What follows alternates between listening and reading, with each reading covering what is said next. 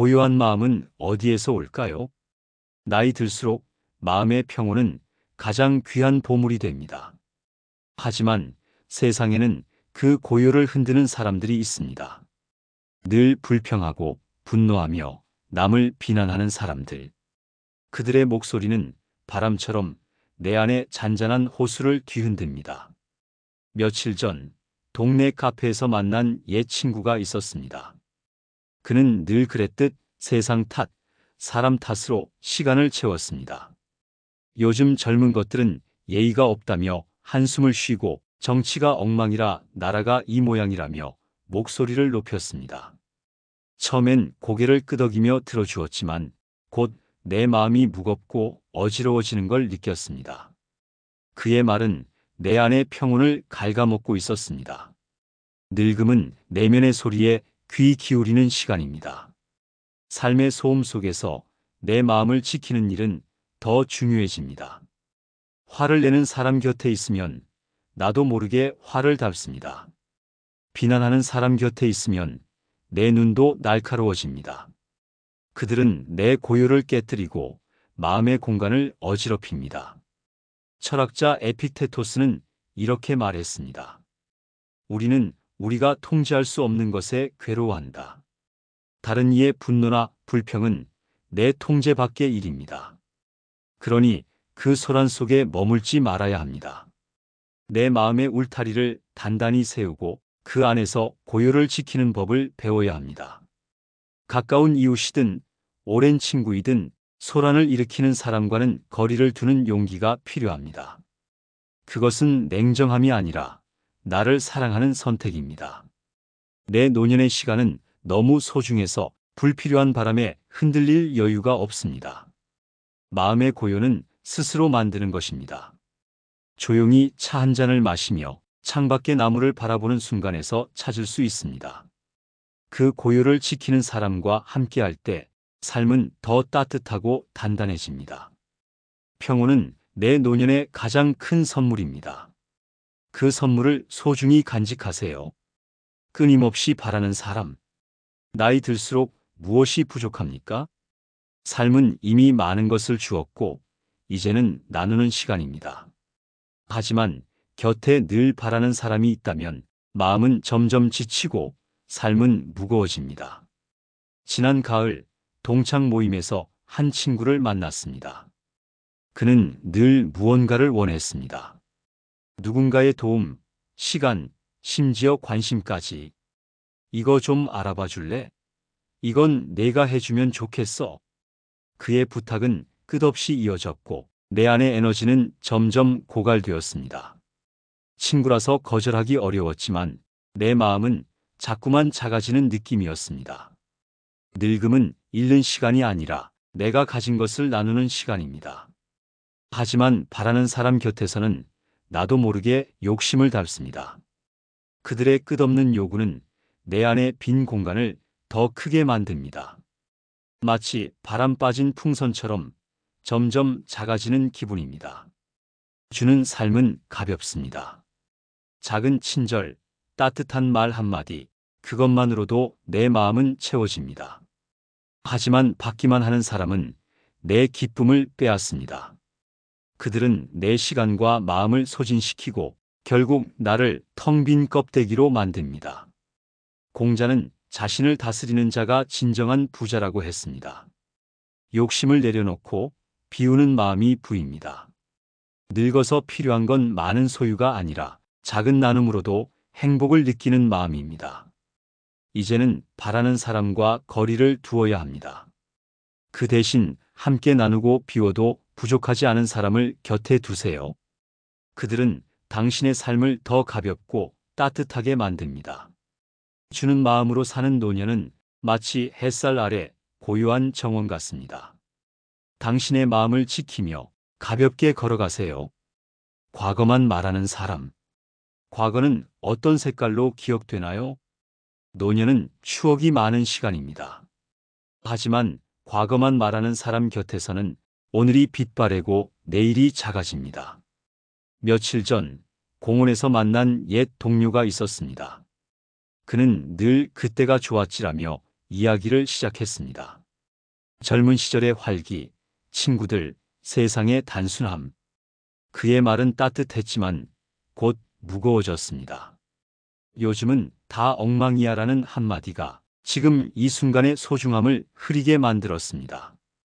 과거는 소중하지만 그것이 전부는 아닙니다.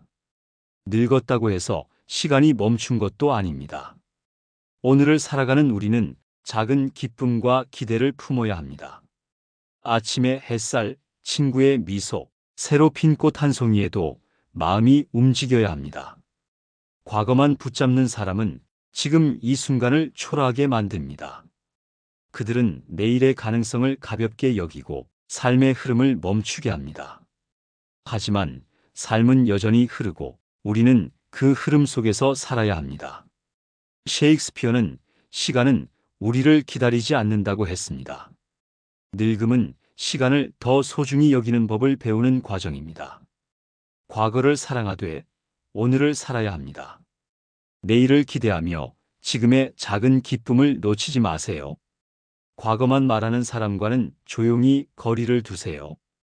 대신 오늘을 바라보는 사람과 함께 하세요. 그들은 당신의 시간을 더 빛나게 만듭니다. 오늘 당신은 어떤 기쁨을 발견할 건가요? 남을 끌어내리는 사람. 늙음은 사람을 어떻게 바라보게 하나요? 나이 들수록 사람을 보는 눈이 깊어집니다. 하지만 그 눈이 비난으로 흐르면 마음은 날카로워지고 삶은 차가워집니다. 지난주 동네 모임에서 한 어르신을 만났습니다. 그는 늘 누군가의 허물을 이야기했습니다. 저 사람은 인색해, 그 사람은 거만해라며 남을 깎아내리는 말로 자신을 세웠습니다. 처음엔 그저 듣기만 했지만 곧 내 마음도 날카롭게 변해가는 걸 느꼈습니다. 비난은 전염됩니다. 남을 낮추는 말은 결국 나를 낮춥니다. 그 말들은 마음에 날카로운 가시를 남기고 내 안의 따뜻함을 앗아갑니다. 늙음은 부드러운 마음을 지키는 시간입니다. 남의 허물을 덮고 덕을 기억하는 사람이 필요합니다. 소크라테스는 남을 판단하기 전에 자신을 보라고 했습니다. 늙어서야 깨닫는 건 완벽한 사람은 없다는 단순한 진리입니다. 누구나 실수하고 누구나 부족합니다. 그 부족함을 포용할 때 내 마음도 더 넓어지고 따뜻해집니다. 남을 끌어내리는 사람과는 거리를 두세요. 그들의 말은 당신의 마음을 날카롭게 만듭니다. 대신 따뜻한 눈으로 세상을 보는 사람을 곁에 두세요. 그들은 당신의 노년을 더 부드럽게 만듭니다. 마음의 따뜻함을 잃지 마세요. 그것이 당신을 지키는 가장 큰 힘이 됩니다. 웃을 줄 모르는 사람. 웃음은 언제 당신을 찾아오나요? 늙을수록 웃음은 마음의 여유가 됩니다. 하지만 냉소로 세상을 바라보는 사람은 삶의 가벼운 기쁨마저 무거워지게 만듭니다. 지난 여름 이웃과 함께 산책을 했습니다. 그는 모든 것에 냉소적이었습니다. 저 꽃도 곧 시들겠지. 저 사람들 웃음도 가짜야. 그의 말은 따뜻한 햇살을 흐리게 만들었습니다. 웃음이 없는 그의 곁에서 내 마음도 점점 무거워졌습니다. 웃음은 작은 기쁨을 찾는 마음입니다. 인생이 고단했기에 웃음이 줄어들 수 있습니다. 하지만 냉소는 삶 자체를 가볍게 만듭니다.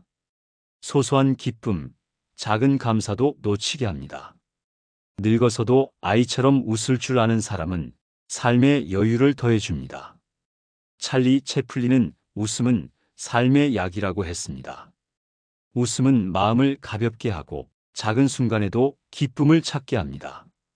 그 기쁨은 노년을 더 따뜻하게 만듭니다.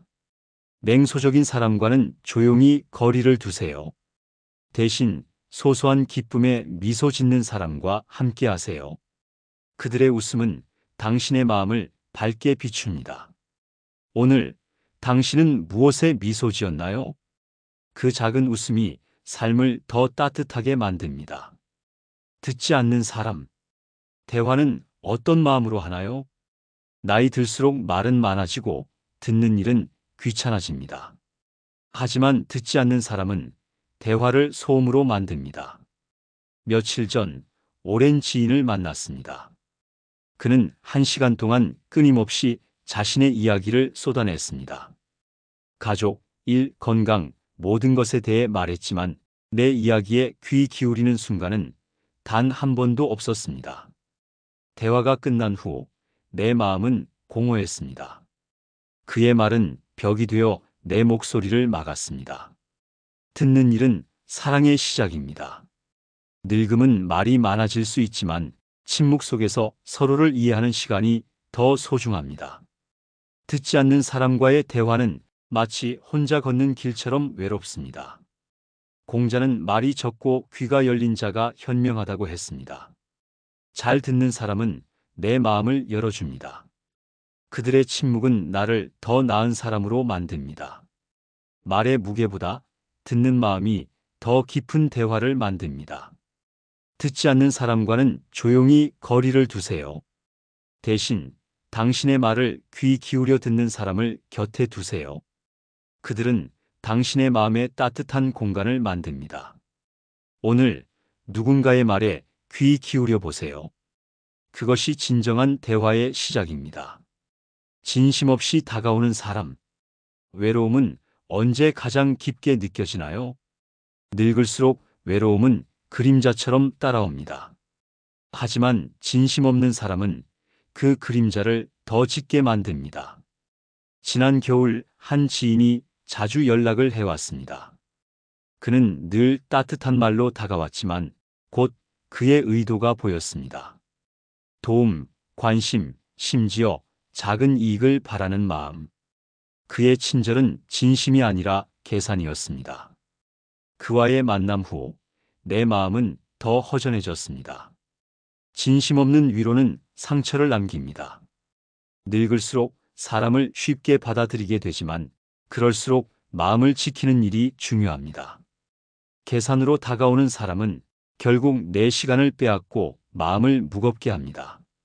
칼릴 지브라는 진심은 마음의 언어라고 했습니다. 진심은 말보다 눈빛에서 행동에서 드러납니다. 늙어서 필요한 건 많은 사람이 아닙니다.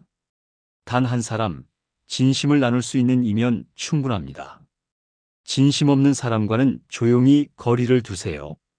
대신 마음을 열고 진실로 다가오는 사람을 곁에 두세요. 그들은 당신의 노년을 따뜻한 빛으로 채웁니다. 진심은 숫자가 아니라 깊이입니다. 그 깊이를 소중히 지키세요. 덕이란 무엇일까요? 덕은 극단을 피하고 균형을 잡는 데서 나옵니다. 욕망과 야망 자체가 나쁜 것은 아니지만 이것들이 지나치면 우리를 파괴할 수 있습니다. 진정한 덕은 이런 극단을 피하면서 중용의 길을 걷는 것입니다. 힘으로 복종시키면 진심이 따르지 않지만 덕으로 복종시키면 진심이 따릅니다. 이는 리더십의 핵심을 보여주는 말입니다. 권력이나 강압으로는 일시적인 복종을 얻을 수 있을지 모르지만 진정한 존경과 따름은 얻기 어렵습니다. 한 비자는 권력보다 도덕적 권위가 더 지속 가능하다고 보았습니다. 권력은 언젠가 사라질 수 있지만 덕으로 쌓은 신뢰와 존경은 오래도록 남습니다. 역사를 봐도 폭압으로 다스린 통치자들은 곧 잊혀지지만 덕치를 행한 지도자들은 오랫동안 기억됩니다. 현대의 조직에서도 마찬가지입니다. 직원들을 강압으로 통제하려는 리더는 반발을 낳습니다. 겉으로는 따르는 것 같아도 속으로는 불만이 쌓이고 기회가 되면 떠나려고 합니다. 반면 공정하고 배려 깊은 리더는 직원들의 충성심을 얻습니다. 소학에서는 예의와 덕이 관계를 유지한다고 가르칩니다. 예의는 겉으로 드러나는 형식이지만 그 안에는 상대방을 존중하는 마음이 담겨 있습니다. 이런 진정성 있는 예의가 덕의 실천이며 이것이 지속적인 관계를 만들어갑니다. 장자는 무의를 통해 자연스러운 덕을 추구했습니다. 억지로 만든 덕은 진정한 덕이 아닙니다. 자연스럽게 우러나오는 선한 마음과 행동이야말로 진정한 덕입니다. 이는 계산이나 목적이 없는 순수한 선의에서 나옵니다. 석가모니는 욕망을 내려놓는 삶이 덕의 시작이라고 했습니다. 과도한 욕망은 우리의 판단을 흐리고 올바른 행동을 방해합니다. 돈이나 명예, 권력에 대한 지나친 욕망은 우리를 눈멀게 하고 잘못된 선택을 하게 만듭니다. 플라톤은 정의로운 삶이 개인과 사회의 조화를 이룬다고 보았습니다. 개인의 덕과 사회의 덕은 별개가 아닙니다. 각자가 덕을 실천할 때 사회 전체가 건강해지고 건강한 사회에서 개인도 더 잘 성장할 수 있습니다. 칸트는 보편적 도덕 원칙을 따르는 것이 덕이라고 강조했습니다. 내가 하는 행동이 모든 사람이 해도 괜찮을 만한 행동인지 생각해 보라는 것입니다. 이는 매우 실용적인 도덕 기준입니다. 거짓말을 예로 들면 모든 사람이 거짓말을 한다면 사회가 유지될 수 없습니다. 쇼펜하우어는 무지가 덕의 장애라고 보았습니다. 자신의 한계를 모르는 것, 상황을 제대로 파악하지 못하는 것이 잘못된 행동으로 이어진다는 뜻입니다.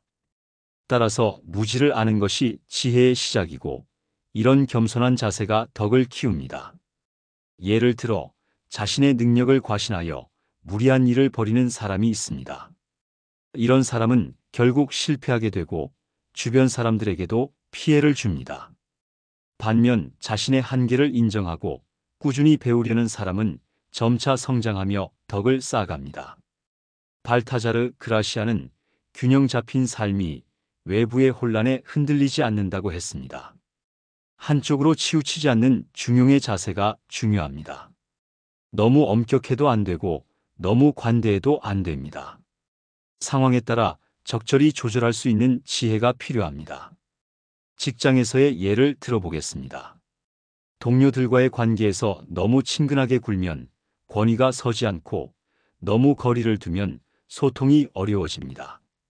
적절한 거리감을 유지하면서도 따뜻한 관심을 보이는 것이 균형 잡힌 자세입니다. 덕은 단순히 좋은 일을 하는 것이 아닙니다.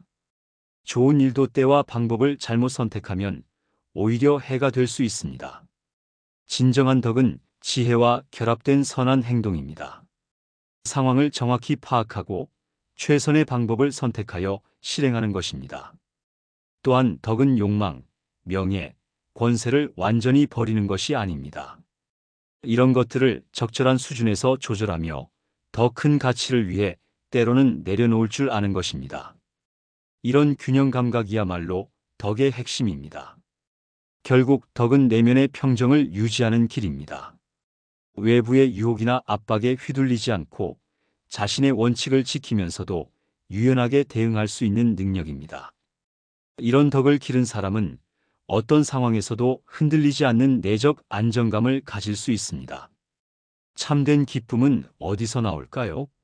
많은 사람들이 외부의 쾌락이나 성취에서 기쁨을 찾으려 하지만 진정한 기쁨은 내면의 평온에서 나옵니다. 역설적으로 들리겠지만 최고의 즐거움은 즐거움이 없는 상태에서 발견됩니다. 이는 욕망에 휘둘리지 않는 무위의 상태를 말합니다. 끊임없이 무언가를 원하고 추구하는 마음은 결코 평안할 수 없습니다. 하나를 얻으면 또 다른 것을 원하게 되고 이런 끝없는 갈망은 우리를 지치게 만듭니다. 장자는 무위가 욕망의 속박에서 벗어나게 한다고 했습니다. 억지로 무언가를 이루려 하지 않고 자연스러운 흐름에 맡기는 것입니다. 이는 게으름이나 포기를 의미하는 것이 아닙니다.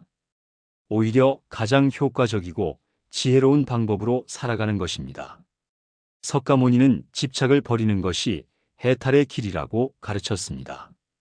우리가 괴로워하는 이유는 원하는 것을 얻지 못해서가 아니라 원한다는 마음 자체 때문입니다. 원하는 마음을 내려놓으면 이미 우리는 자유로운 상태가 됩니다.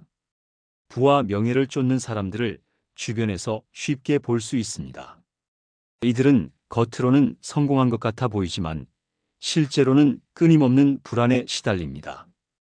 더 많은 돈을 벌어야 한다는 압박감, 지위를 잃을까 하는 두려움이 그들을 괴롭힙니다. 반면 소박한 삶에 만족하는 사람들은 다릅니다. 많이 가지지는 않았지만 가진 것에 감사하며 작은 일상에서도 기쁨을 찾을 수 있습니다. 아침에 마시는 커피 한 잔, 가족과 나누는 대화, 책을 읽는 시간 같은 소소한 것들에서 충분한 만족을 느낍니다. 플라톤은 참된 기쁨이 철학적 성찰에서 나온다고 보았습니다. 진리를 탐구하고 지혜를 추구하는 과정에서 얻는 기쁨은 다른 어떤 즐거움보다 깊고 지속적입니다. 이는 외부 조건에 의존하지 않는 순수한 기쁨입니다. 칸트는 도덕적 삶이 내적 만족을 준다고 했습니다. 옳은 일을 했다는 확신, 양심에 어긋나지 않게 살았다는 평안함은 그 자체로 큰 기쁨입니다. 이런 기쁨은 다른 사람의 인정이나 보상이 없어도 충분히 가치 있습니다. 쇼펜하우어는 외부 환경에 좌우되지 않는 내면의 태도가 기쁨의 핵심이라고 강조했습니다. 같은 상황이라도 마음가짐에 따라 전혀 다르게 느낄 수 있습니다. 비가 와도 우울해하는 사람이 있는 반면 비 오는 소리를 즐기는 사람도 있습니다. 현대 사회에서 이런 지혜는 더욱 중요해졌습니다. 소셜미디어의 좋아요나 댓글에 일희일비하는 사람들을 봅니다. 다른 사람의 반응에 따라 기분이 오르락내리락하며 진정한 자신을 잃어버리기 쉽습니다. 진정한 기쁨은 자신만의 가치관을 가지고 살 때 얻어집니다. 다른 사람의 평가나 사회적 기준에 휘둘리지 않고 자신이 옳다고 생각하는 길을 걸어갈 때의 충만감과 평온함입니다. 발타자르 그라시아는 단순함과 겸손이 기쁨의 열쇠라고 했습니다. 복잡하게 생각하고 과도하게 욕심내기보다는 단순하고 소박한 삶에서 진정한 만족을 찾을 수 있습니다. 겸손한 마음은 작은 것에도 감사하게 만들고 이런 감사의 마음이 기쁨으로 이어집니다. 작은 것에 만족하라는 조언은 소극적으로 들릴 수 있지만 실제로는 매우 적극적인 삶의 자세입니다. 현재 가진 것의 가치를 제대로 알고 그것을 충분히 누릴 줄 아는 것입니다. 이런 능력이야말로 진정한 지혜이자 행복의 조건입니다. 욕망을 줄이고 현재에 충실한 삶이 참된 기쁨을 가져다 줍니다. 이는 체념이나 포기가 아닙니다. 오히려 가장 효과적으로 행복해지는 방법이며 내면의 평온을 유지하면서도 필요한 일들을 해나갈 수 있는 지혜로운 삶의 방식입니다. 의미 있는 삶이란 무엇일까요? 이는 단순히 성공하거나 행복한 삶을 의미하는 것이 아닙니다. 진정으로 의미 있는 삶은 행동과 성찰의 균형을 이루고 죽음에 대한 준비까지 포함하는 총체적인 삶의 자세에서 완성됩니다. 훌륭하게 산다는 것은 중대한 일이지만 훌륭하게 죽는 것도 그에 못지않게 중요합니다. 이는 삶과 죽음을 분리해서 생각하지 말고 하나의 연속된 과정으로 받아들이라는 뜻입니다. 어떻게 죽을 것인가를 생각하는 것은 어떻게 살 것인가를 생각하는 것과 다르지 않습니다. 한비자는 실천적 삶이 진정한 명예를 만든다고 했습니다. 말로만 그럴듯한 이야기를 하는 것이 아니라 실제로 가치 있는 일을 해나가는 삶이 의미가 있습니다. 이런 삶을 살아온 사람은 자연스럽게 존경받게 되고 그의 죽음도 의미 있게 기억됩니다. 소학에서는 예의와 덕으로 삶을 마무리하라고 가르칩니다. 마지막 순간까지 품위를 잃지 않고 다른 사람들에게 좋은 기억으로 남는 것이 중요합니다. 예를 들어 임종을 앞둔 상황에서도 가족들에게 진심 어린 말을 전하고 감사의 마음을 표현하는 사람은 깊은 인상을 남깁니다. 장자는 죽음을 삶의 연장으로 보았습니다. 죽음을 두려워하거나 거부할 대상이 아니라 자연스러운 변화의 과정으로 받아들였습니다. 이런 자세는 죽음에 대한 불안을 줄여주고 현재의 삶을 더욱 충실하게 살 수 있게 해줍니다. 석가모니는 무상함을 받아들이는 것이 진정한 자유라고 했습니다. 모든 것은 변하고 사라지며 영원한 것은 없습니다. 이 진리를 받아들일 때 우리는 집착에서 벗어날 수 있고 더 자유롭고 평온한 마음으로 살 수 있습니다. 현재를 살아가면서 죽음을 생각한다는 것이 우울하게 들릴 수 있지만 실제로는 그 반대입니다. 죽음을 인정하고 받아들일 때 오히려 삶이 더욱 소중해집니다. 시간이 한정되어 있다는 것을 알기 때문에 더욱 의미 있게 살려고 노력하게 됩니다. 플라톤은 사랑을 선한 것에 대한 영속적 갈망이라고 정의했습니다. 진정한 사랑은 아름답고 선한 것을 추구하는 마음이며 이것이 의미 있는 삶의 동력이 됩니다. 가족에 대한 사랑, 진리에 대한 사랑, 정의에 대한 사랑이 우리를 더 나은 삶으로 이끕니다. 칸트는 보편적 원칙에 따라 사는 삶이 진정한 유산을 남긴다고 했습니다. 개인적인 이익이나 일시적인 만족을 위해 사는 것이 아니라 모든 사람에게 적용될 수 있는 도덕적 원칙을 따라 살 때 그 삶은 의미가 있습니다. 쇼펜하우어는 내면의 성실함이 삶의 진정한 가치를 결정한다고 강조했습니다. 다른 사람이 보든 보지 않든 자신에게 솔직하고 성실하게 사는 것이 중요합니다. 이런 내적 진실성이야말로 의미 있는 삶의 기초입니다. 발타자르 그라시아는 과분한 명성을 경계했습니다. 허상의 명예나 과장된 평가보다는 실질적인 공헌이 진정한 유산이라고 했습니다. 지역사회를 위해 묵묵히 헌신한 사람, 자신의 분야에서 성실하게 일한 사람들이 죽음 이후에도 오래 기억됩니다. 의미 있는 삶의 구체적인 모습을 생각해 보겠습니다.